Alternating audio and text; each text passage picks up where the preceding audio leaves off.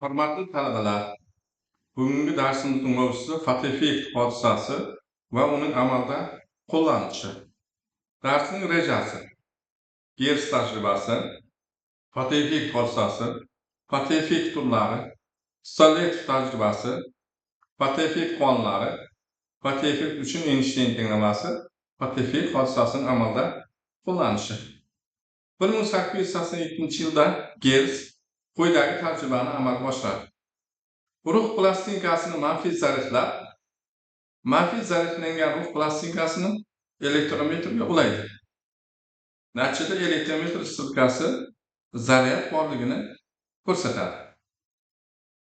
Manfiy zaryadlangan ruh plastinkasiga ultramarashli nurlar tushirganda elektrometr ko'rsatkichining kamayganligini kuzatadi. Buni quyidagicha tushuntirish mumkin.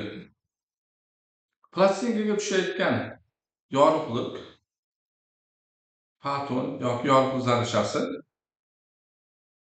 har bir foton bitta elektronni urib chiqara oladi. Natijada yorug'lik ta'sirida ruh plastinkasidagi elektronlar sonining kamayishi hisobiga umumiy zaryad ham kamayadi. Umumiy zaryadning kamayishi elektrometr ko'rsatkichi pasayganligi orqali kuzatish mumkin. Tajriba natijalariga asoslanib fotoeffekt hodisasiga quyidagicha ta'rif berish mumkin. Yorug'lik ta'sirida moddadan elektronlarning ajralib chiqish hodisasiga fotoeffekt hodisasi deyiladi. Quyidagi rasmda mana moddaga 3 ta yorug'lik zarrachasi tushmoqda. Bu moddaga tushayotgan yorug'lik zarrachalari har biri bittadan elektronni urib chiqaradi. Natijada bu yerda fotoeffekt hodisasi yuzaga kelyapti.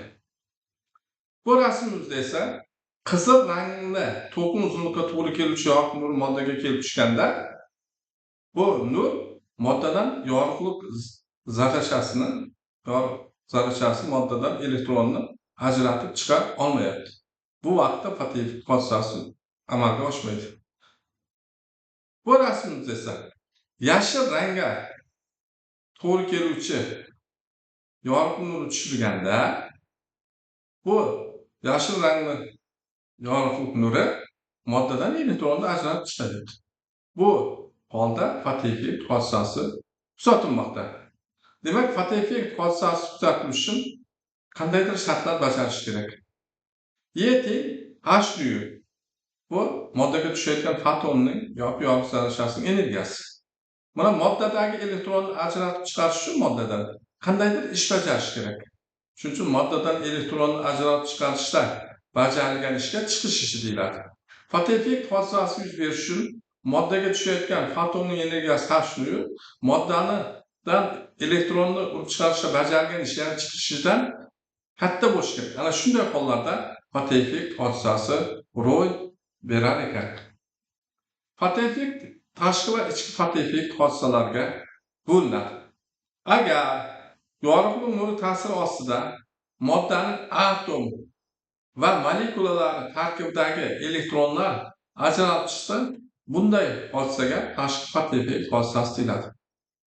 Yorug'lik nuri ta'siri ostida ajraluvchi elektronlar o'z atom va molekulalar bilan bog'lanishni yo'qotib, modda ichida erkin elektronlar sifatida mavjud bo'lsa va moddaning elektr o'tkazishini oshsa, bu holdagi fotoeffektga ichki fotoeffekt hodisasi deyiladi.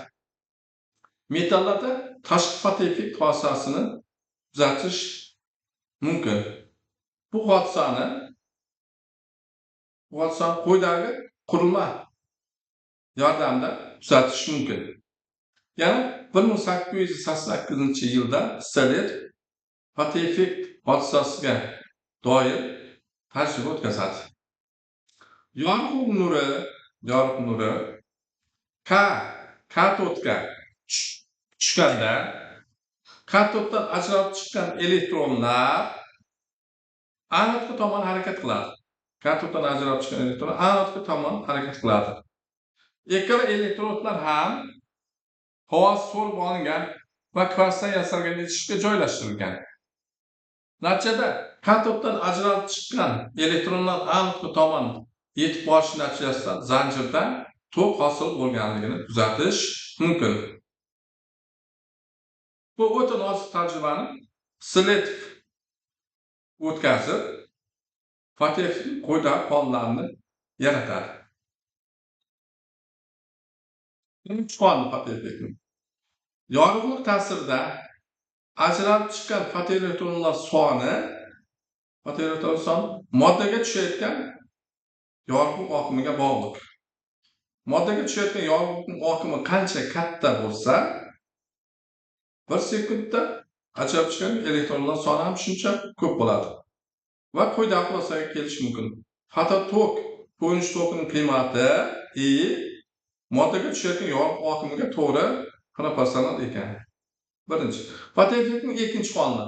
Fotoelektronlarning maksimal kinetik energiyasi yoki maksimal kinetik energiyasi yoki maksimal tezligi moddaga tushayotgan yorug'lik chastotasiga bog'liq.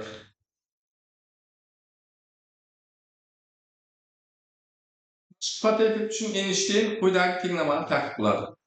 H nu teng A plus mv kvadrat taqsim 2. Bu yerda H nu moddaga tushayotgan fotonning energiyasi, A moddadan elektron chiqarishda bajargan ishlar chiqishi, mv kvadrat taqsim 2 ajralib chiqqan elektronga berilgan kinetik energiya.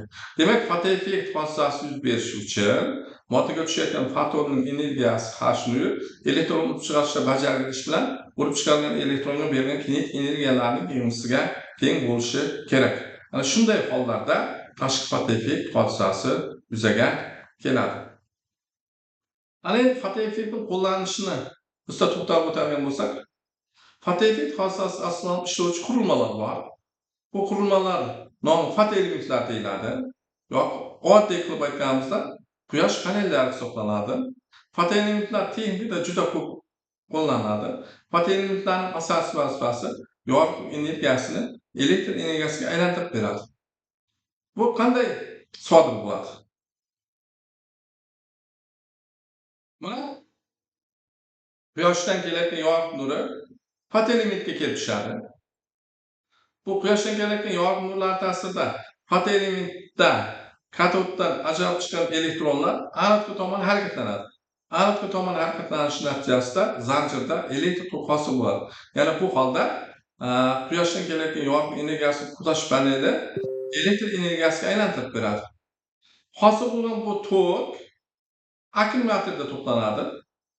Akkumulyatorda to'plangan tokdan foydalanib bizlar o'zgarmas va o'zgaruvchan toklarni olishimiz mumkin. Akkumulyatordan olingan o'zgaruvchan tok esa to'g'ridan iste'molchilarga yetkazib beradi. Bu paytda bizlar tashqi fotoeffekt hodisasidan foydalangan bo'lamiz. Shuning uchun tashqi fotoeffekt hodisasidan foydalanib yorug'lik energiyasini elektr energiyasiga aylantirish mumkin ekan.